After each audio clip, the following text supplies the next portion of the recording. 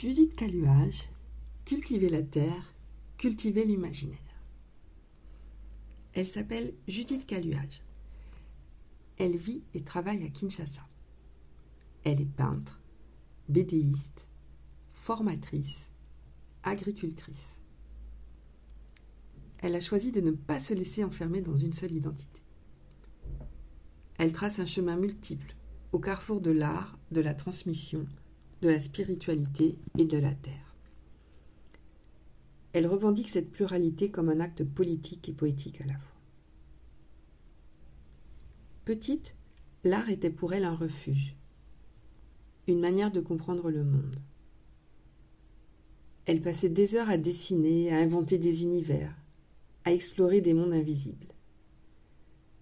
Chez elle, l'art n'était pas un luxe, il était partout, dans les tissus, les chants, les récits, les livres illustrés, dans la créativité vivante du quotidien. Plus tard, ce besoin de raconter autrement l'a conduite vers la bande dessinée. Elle a trouvé là un langage hybride, entre texte et image, capable de porter des récits sincères, ancrés, engagés. Elle cite les auteurs franco-belges des années 1970, mais aussi les bédéistes congolais comme Barli Barouti ou Fifi Mkouna, qui ont su conjuguer l'esthétique et la réflexion sociale. Une bande dessinée qui n'est pas que divertissement. Une bande dessinée qui résiste. En 2010, elle rejoint le collectif Kin Label, une expérience fondatrice. Elle y trouve un espace de création collective, de critique bienveillante, de liberté. C'est là que naît en elle une conscience nouvelle. L'art peut être un outil de lutte, de mémoire, de transformation. Judith travaille aussi avec les enfants. Elle les invite à explorer leurs souvenirs, leurs émotions, leur regard sur le monde. Pour elle, chaque enfant est légitime à créer. L'important, c'est de se sentir autorisé à dire, à dessiner, à imaginer. L'art, dit-elle, est un langage universel. Il permet de toucher, de faire réfléchir, de ressentir autrement.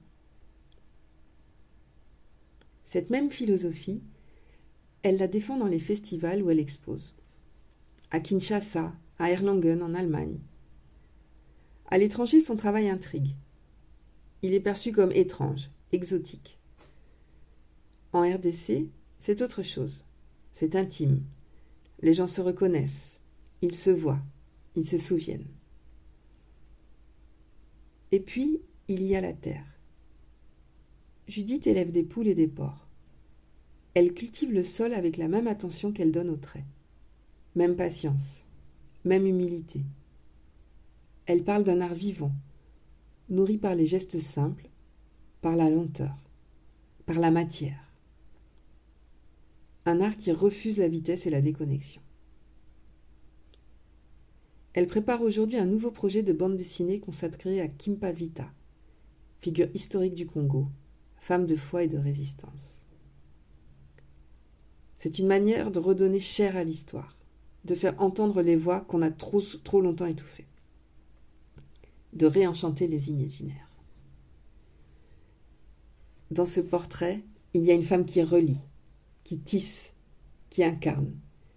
Une femme qui crée pour transmettre, pour guérir, pour faire pousser d'autres possibles. Un épisode réalisé par Christine Avignon.